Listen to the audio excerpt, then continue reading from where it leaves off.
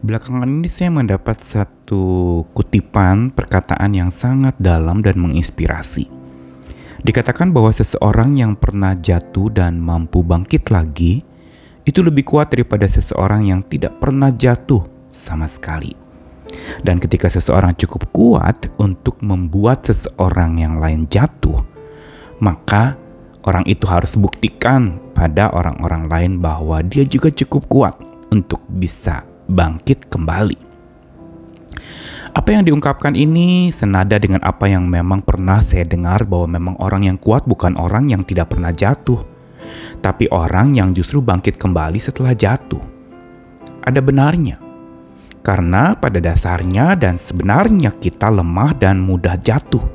Siapapun dia, apapun penyebabnya, seseorang bisa jatuh karena memang kita rapuh.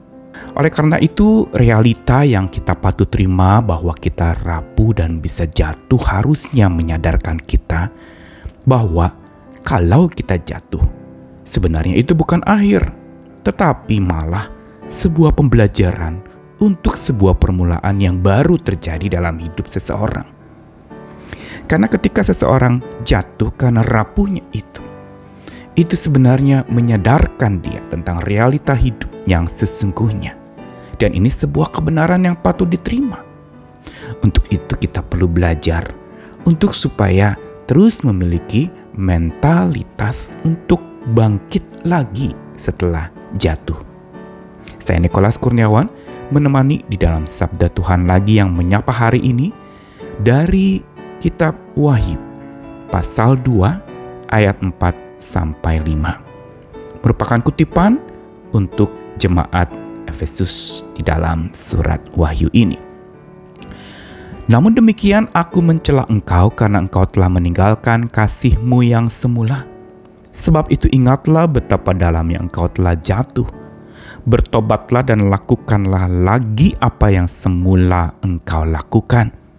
Jika tidak demikian, aku akan datang kepadamu dan aku akan mengambil kaki dianmu dari tempatnya jikalau engkau tidak bertobat. Ungkapan ini merupakan sebuah teguran yang keras kepada jemaat di Efesus di Asia Kecil dalam surat Wahyu yang sebelumnya ayat 1-3 Wahyu 2 ini merupakan pujian kepada jemaat ini. Mereka giat, mereka berani menyatakan kebenaran, mereka adalah sebuah jemaat yang boleh dikatakan memiliki potensi yang luar biasa. Tetapi itu hancur semuanya hanya karena satu kegagalan mereka, yaitu meninggalkan kasih yang semula. Inilah sebenarnya pangkal dari segala macam kejatuhan seseorang pula di dalam hidupnya, yaitu saat kasih yang menyala-nyala yang semula dari Tuhan untuk Tuhan dan juga kerap dibagikan kepada semua umat Tuhan itu raib dari hidup. Ketika cinta kasih raib, maka yang muncul adalah benci. Ketika cinta kasih raib, maka yang muncul adalah curiga, iri hati, amarah, kecaman, ancaman, dan berbagai macam dosa-dosa berikutnya ketika kasih yang menyala-nyala dan besar dan agung itu telah ditinggalkan. Ini sebenarnya pangkal dari kejatuhan manusia. Ini juga yang dialami oleh manusia pertama ketika jatuh dalam dosa. Mereka telah meninggalkan kasih yang semula. Inilah dosa yang sebenarnya bukan sekedar perbuatan-perbuatan yang jahat atau perbuatan-perbuatan amoral, tapi melampaui itu. Ketika seorang berbuat dosa, dia sedang meninggalkan cinta kasih Tuhan yang semula merangkulnya. Dia berontak dan dia mau lepaskan pelukan kasih Tuhan itu. Dia mau abaikan dan tidak pedulikan lagi apa yang Tuhan katakan kepadanya. Karenanya ini yang mau digambarkan di dalam kitab Wahyu.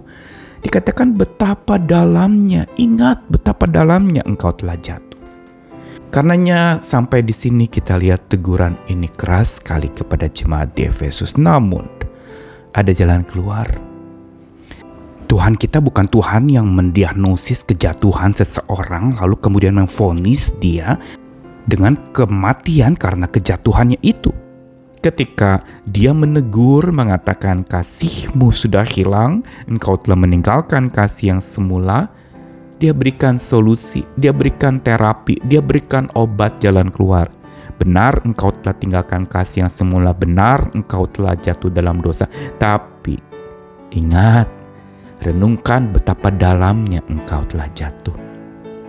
Berarti seorang patut untuk mengintrospeksi diri secara mendalam tentang kejatuhan-kejatuhannya dan betapa dalamnya berarti sebuah kejatuhan yang bukan sekedar perbuatan amoral, bukan sekedar kebencian atau kata-kata yang melukai, tetapi ada sebuah kedalaman, yaitu Tuhan yang Maha Kasih disakiti karena kita meninggalkan kasih yang Dia berikan kepada kita.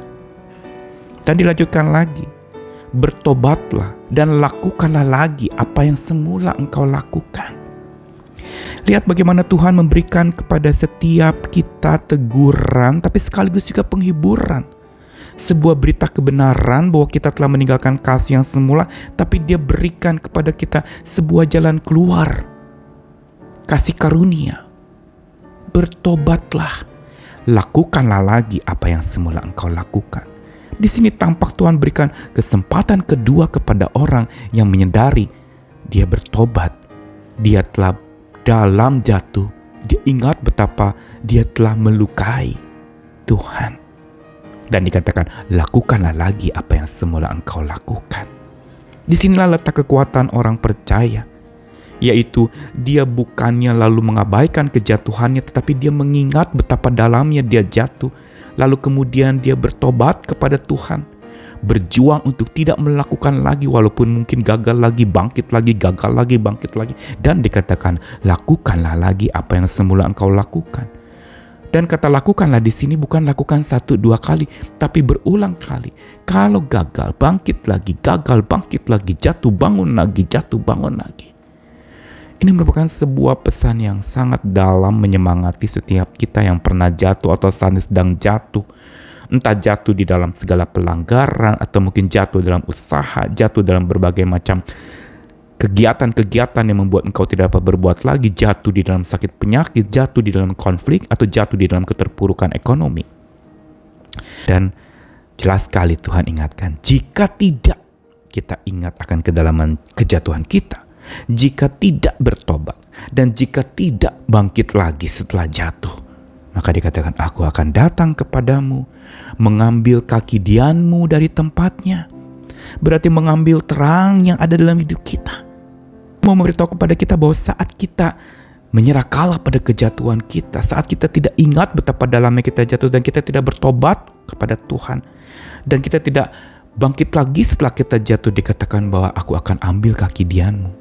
Berarti akan ada kegelapan, akan ada kesuraman, akan ada sesuatu yang boleh dikatakan kita tidak dapat melihat lebih jelas lagi. Kenapa? Karena tidak ingat bahwa kita pernah jatuh, dan kita mudah jatuh, dan tidak bertobat, dan tidak melakukan bangkit lagi setelah jatuh. Pesan firman Tuhan hari ini mau ingatkan kepada kita, bukan sekedar menyemangati untuk bangkit lagi setelah jatuh, tetapi untuk supaya menyadarkan kita betapa dalamnya kita bisa jatuh, atau sudah jatuh, atau sedang jatuh. Dan Dia panggil kita juga untuk mau bertobat dari kejatuhan kita itu.